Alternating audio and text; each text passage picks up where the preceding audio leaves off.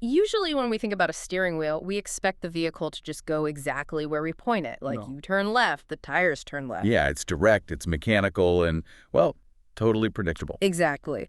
But step into the world of economics and specifically government intervention, and suddenly that steering wheel is connected to, like, a live thrashing animal. Right, you turn left, and the car might violently jump to the right or just dig its heels in and completely refuse to move.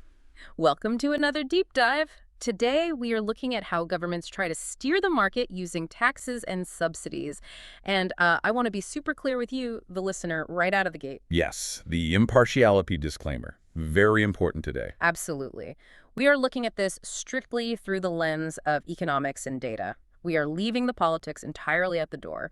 Some of our source material covers some really highly charged political debates. Very charged. Yeah, so we're taking neither a left-wing nor a right-wing stance here.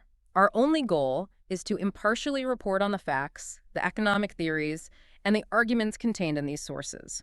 We aren't endorsing any specific viewpoints. We're just looking at what happens when theory meets the messy reality of human behavior. Because when governments try to force the invisible hand of the market almost always pushes back. And the mission today is to unpack this fascinating stack of sources we have. We've got economic presentations, policy briefs, and this massive OECD report.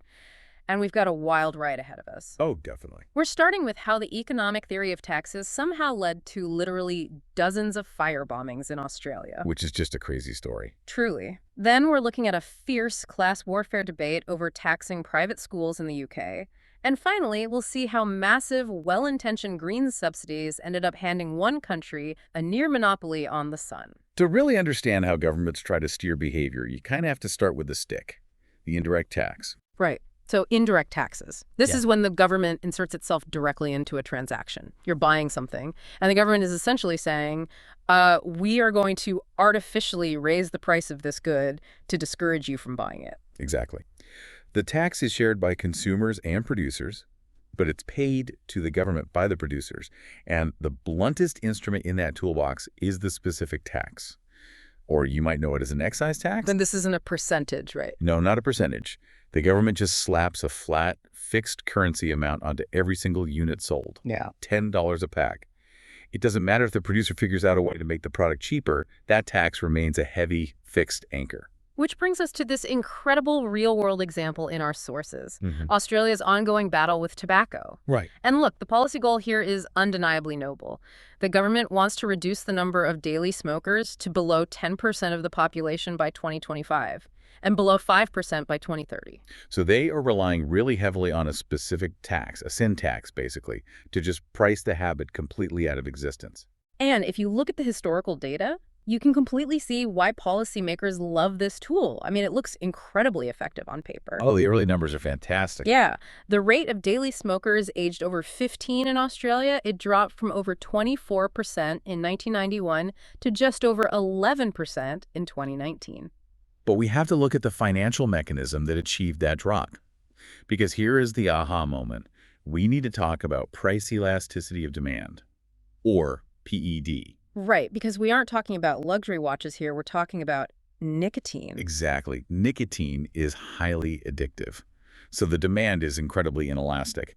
Consumers aren't highly responsive to price changes. Because their brains are literally chemically dependent on the product. Yes. So the government knows they can just keep hiking that specific tax.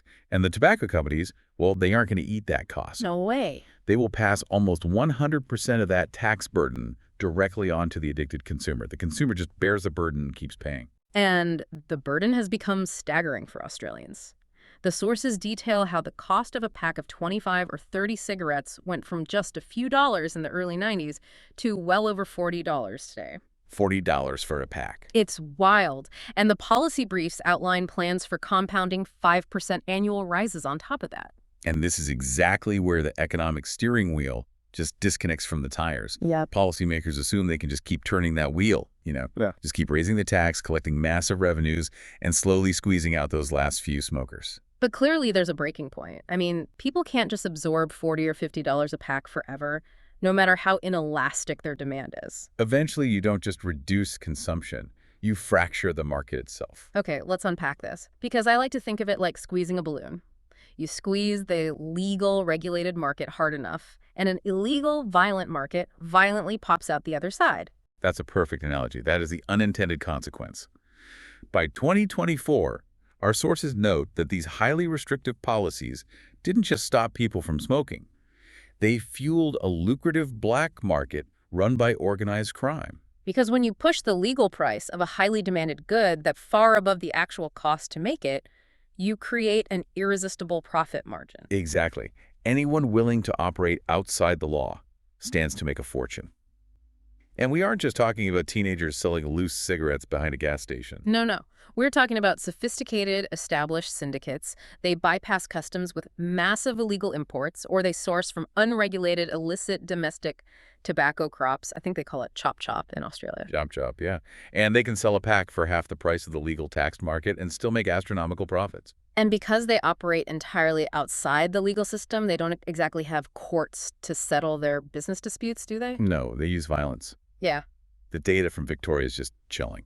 Over a 6-month period, there were more than 40 firebombings of stores selling illicit tobacco and vapes. 40 firebombings in 6 months. These syndicates were literally burning out their competitors. It's the ultimate example of a policy working flawlessly on a supply and demand graph, but utterly failing in the real world. Because the graph just shows a clean reduction in quantity and a massive spike in government revenue. Right. The graph doesn't factor in human desperation, addition, or the capacity of organized crime to violently clear a market. So what does this all mean for the concept of government control? The stick clearly has some terrifying limitations when you apply it to an inelastic vice. But let's shift gears to a completely different type of tax. Okay, let's do it. What if the government isn't trying to stop a bad habit, but is instead taxing a percentage of a service's actual value to redistribute wealth? Ah, right. Now we're looking at the ad valorem approach. Right, like a value-added tax or VAT or GST, depending on where you live. Exactly. Because it's a fixed percentage rather than a flat fee, the actual tax amount naturally scales up as the price of the good increases. It's often used as a progressive tool, a kind of luxury tax. The sources note that the UK has a standard 20% sales tax on most goods, while places like Germany sit at 19%. But they actually drop it down to 7% for essentials like food and books. But the UK is about to apply this ad valorem mechanism to something highly controversial, which is private education. Right. Starting January 1, 2025, the UK government is implementing a 20% VAT on private independent school fees. And the stated goal here isn't to discourage education at all. No, it is explicitly designed to raise funds for state schools. Income redistribution, essentially. The projections show this 20% hike on private fees is earmarked to pay for 6,500 new state school teachers, plus better mental health support and breakfast clubs across the primary school system. And the friction here is just immense. The political framing essentially treats private education as a luxury good. Yeah, the rhetoric in the sources is fierce. Education Secretary Bridget Phillipson tweeted, and I'm quoting directly from the source here, "Our state schools need teachers more than private schools need embossed stationery." And she added that state children need mental health support more than private schools need AstroTurf pitches. But the pushback from the independent sector, from unions and MPs, has been massive. They are warning of administrative chaos, teacher job losses in the private sector. Some are claiming the tweet reeks of prejudice and propagates a class war. And the Shadow Education Secretary warned that this actually hurts a lot of vulnerable pupils. Right, like children with special educational needs whose local state schools are unequipped, or military families who rely on boarding schools, or small religious faiths whose needs the state schools just can't meet. Here's where it gets really interesting to me. Looking at the economics, it brings us right back to elasticity. It all comes down to elasticity. If we assume the demand for private schooling is elastic, meaning parents are extremely sensitive to price changes, a 20% hike means they will pull their kids out. And if that happens en masse, the state system gets suddenly overwhelmed by the influx of thousands of new students. And the projected tax revenue the government is counting on vanishes. Those 6,500 new teachers never get hired. But if the demand is inelastic, parents just absorb the 20% hit, grumble about it, and keep paying. Which reality are we actually heading toward? Well, this touches on a really important economic concept from our sources, the eternal trade-off between allocative efficiency and social welfare. Oh, so? Whenever you apply a tax, you create a welfare loss. Right. Because the price goes up and the revenue kept by the institution goes down, there's an underallocation of resources to that service. You're shrinking the overall economic pie. Right. But here, the government is arguing that the redistribution of that wealth creates a more equitable society.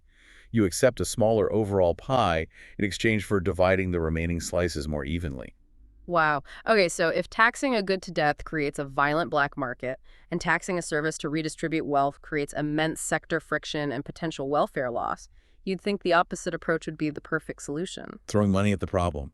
Exactly. Let's shift from taking money away to giving it out. What happens when the government uses the carrot? This subsidy. The illusion of a free lunch. There's this great quote from Ronald Reagan in our source material. He said, "If it moves, tax it. If it keeps moving, regulate it. And if it stops moving, subsidize it." That really captures how casually governments deploy subsidies.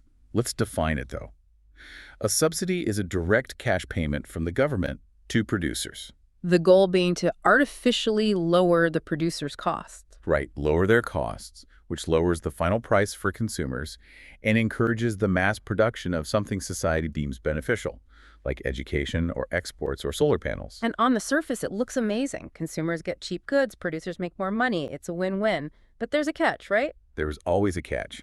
The economic reality is that subsidies cause an overallocation of resources. Because society as a whole is actually worse off. Yes, because taxpayers are footing the bill to overproduce a specific good. It's like the government buying you a second scoop of ice cream. Sounds amazing for you. Sounds amazing for the ice cream shop. But your neighbor's taxes paid for it, and now the town has a massive surplus of ice cream nobody actually needed. That is a perfect way to visualize it. You are wasting resources producing too much of something simply because the state is masking the true cost. Which perfectly sets the stage for our final scenario. What happens when that second scoop of ice cream scales up to the entire global energy grid? This is where we look at the OECD report on solar panels. And the data here is staggering. Over the past 2 decades, solar manufacturing received more government support than any of the 15 key industrial sectors tracked by the OECD. The scale is hard to comprehend. I mean, the subsidies average 3.2% of firms' total revenues in the solar sector. And just for context, the average across all other sectors is 0.9%. 3.2% is massive. And what's fascinating here is how this completely shifted the global landscape. We have to look at how China capitalized on this. Right, because between 2005 and 2023, traditional OECD countries like Germany, Japan, the US, they saw their global market share just evaporate. It dropped from 80% to below 10%.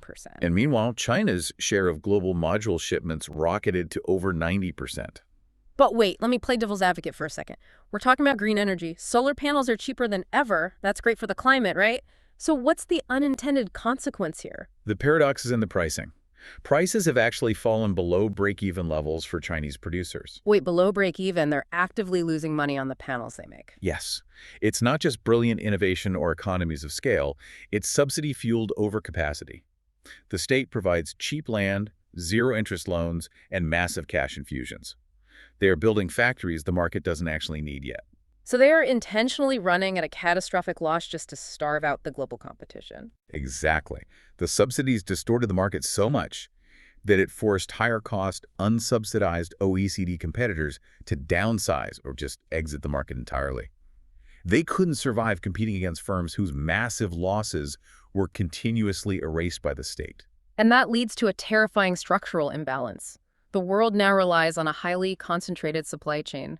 China controls between 80 and 95% of various critical segments of the solar value chain. Which creates a massive energy security risk. Yeah. Diversified supply chains are resilient. Highly concentrated ones are incredibly fragile. Right, because if a geopolitical disruption happens or a trade war, the downstream users, the utility companies, the households, they're incredibly vulnerable to a single point of failure. You get cheap panels today, but you trade away your energy resilience for tomorrow. Wow. Okay, synthesizing all of this, what a journey today. Whether it's specific taxes spawning violent firebombing tobacco black markets in Australia, or ad valorem taxes sparking fierce class debates over UK school fees, or massive subsidies creating global solar monopolies. Government intervention rarely goes exactly as planned. The market always has a countermove. Always. And just a quick reminder for you listening, we simply explored the facts and arguments of our source material today. We aren't taking any political sides on these issues. Absolutely neutral. But, you know, it does leave us with a final unaddressed puzzle based on everything we talked about today. Lay it on me. Well, if subsidies naturally create monopolies by starving out unsubsidized global competitors, and taxes naturally create violent black markets for addictive goods, is it even possible for a modern government to intervene in the market without accidentally creating a much larger monster for the next generation to fight? Something for you to ponder. That is definitely something to chew on. You might want to steer left, but you'd better be prepared for the thrashing animal you're actually driving. Thanks for joining us on this deep dive, and keep questioning the why behind the headlines.